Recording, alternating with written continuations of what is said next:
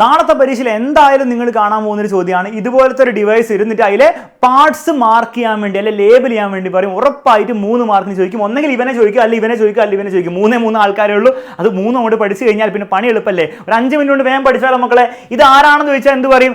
താഴെ നിങ്ങൾ നോക്കുക, എപ്പോഴും താഴെ നോക്കുക. അപ്പോൾ താഴെ നോക്കിയാൽ നിങ്ങൾക്ക് കാണാൻ പറ്റും ഒരു ബാറ്ററി ഉണ്ട്. ബാറ്ററി കൊടുത്തിട്ട് കറക്കുന്ന സാധനം ആരായിരിക്കും മക്കളെ? ബാറ്ററിയിൽ കറണ്ട് കൊടുത്ത് കറക്കുന്ന സാധനം മോട്ടർ അല്ലേ. അപ്പോൾ മോട്ടർ ആണെന്ന് അപ്പം തന്നെ മനസ്സിലായി. ഇനി പാർട്സ് ആരൊക്കെയാണ് മക്കളെ? ഈ റെക്ടാംഗിൾ ഷേപ്പ് സാധനം കണ്ടില്ലേ, അതിനെ നമ്മൾ വിളിക്കുന്ന പേരാണ് ആർമേച്ചർ. മലയാളത്തിൽ ആർമേച്ചർ ആണ്.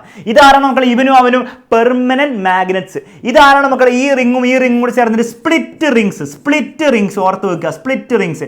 ആൻഡ് ലാസ്റ്റ് ഇതാരാണ് മക്കളെ? Graphite brushes. വെറും ബ്രഷസ് ഏതെങ്കിലും മാർക്ക് കിട്ടും, പക്ഷെ ഗ്രാഫൈറ്റ് ബ്രഷസ് എന്ന് എഴുതി വെച്ചോളൂ. ഓക്കെ, ഇപ്പോൾ ഇലക്ട്രിക് മോട്ടറിന് 4 പാർട്സ് ഉള്ളൂ. പിന്നെ താഴെ ഒരു ബാറ്ററി ഉണ്ട്, വേണേ മാർക്ക് ചെയ്ത് വെക്കുക, അതിന്റെ ആവശ്യമില്ല. പക്ഷേ ഈ 4 പാർട്സ് നിങ്ങൾ പഠിച്ചു വെക്കണം. ഓക്കെ, ആർമേച്ചർ ആയിക്കോട്ടെ, പെർമനന്റ് മാഗ്നറ്റ്സ് ആയിക്കോട്ടെ, സ്പ്ലിറ്റ് റിങ്സ് ആയിക്കോട്ടെ, ബ്രഷസ് ആയിക്കോട്ടെ, പഠിച്ചോ ഓക്കെ ആണല്ലോ, മുന്നോട്ട് പോകാം. അങ്ങനെ നെക്സ്റ്റ് ഇവൻ ആരാണ്? ഒരു വി ഷേപ്പിൽ ആരെ നിങ്ങൾ കണ്ടാലും അവൻ ആരാണെന്ന് മനസ്സിലാക്കുക. മൂവിംഗ് കോയിൽ ലൗഡ് സ്പീക്കർ ആണ്. പരീക്ഷ ലൗഡ് സ്പീക്കർ എന്ന് എഴുതി വെക്കുക, മൂവിംഗ് കോയിൽ ലൗഡ് സ്പീക്കർ, ചലിക്കും ചുരു ലൗഡ് സ്പീക്കർ എന്ന് എഴുതി വെക്കുക. അതാണ് ഇവൻ. ഇവന്റെ 3 മെയിൻ പാർട്സ് നിങ്ങൾക്ക് പഠിക്കാനുള്ളൂ. ഒന്ന്, ഈ പുറത്ത് കാണുന്ന ഈ വി ഷേപ്പ് സാധനമില്ലേ, അതിനെ വിളിക്കുന്ന പേരാണ് ഡയഫ്രം. ഡയഫ്രമിന്റെ സ്പെല്ലിംഗ് നോക്കിക്കോ മക്കളെ, ഡയഫ്രഗം എന്നാണ്. ഡയഫ്രാഗം സ്പെല്ലിംഗ് തെറ്റിക്കണ്ട കേട്ടോ. മലയാളത്തിൽ ഡയഫ്രം തന്നെയാണ്, മലയാളത്തിൽ പിന്നെ സ്പെല്ലിംഗ് നോക്കേണ്ട ആവശ്യമില്ല. അപ്പോൾ ഡയഫ്രം എന്നാണ് ഇവന്റെ പേര്. പിന്നെ ഗുഡു ഗുഡു ഗുഡു ഗുഡു ഗുഡു എന്ന് പറഞ്ഞ ഹമ്പ് പോലത്തെ സാധനം കണ്ടില്ലേ, അവന്റെ പേരെന്താണ്? അവന്റെ പേരാണ് വോയിസ് കോയിൽ.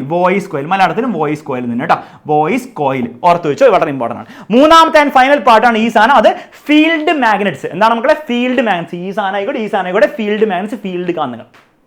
കഴിഞ്ഞു. മൂവിംഗ് കോയിൽ ലൗഡ് സ്പീക്കറിന്റെ കാര്യം തീരുമാനം. And last and final device ഇതെന്താണ് മക്കളെ?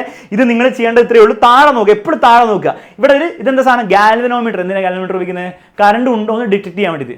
അതായത് പുറത്തേക്ക് എന്താണ് വരുന്നത്? കറണ്ടാണ് വരുന്നത്. അപ്പോൾ കറണ്ടിനെ ജനറേറ്റ് ചെയ്യുന്ന സാധനമാണ്. കറണ്ടിനെ ജനറേറ്റ് ചെയ്യുന്നതിന്റെ പേരെന്താണ്? ജനറേറ്റർ. ഇനി ഇത് 2 തരം ജനറേറ്ററിന്റെ AC ആണോ DC ആണോ എന്ന് മനസ്സിലാക്കുക. ഇവിടെ എന്ത് റിങ്സ് ആണെന്ന് നോക്കുക.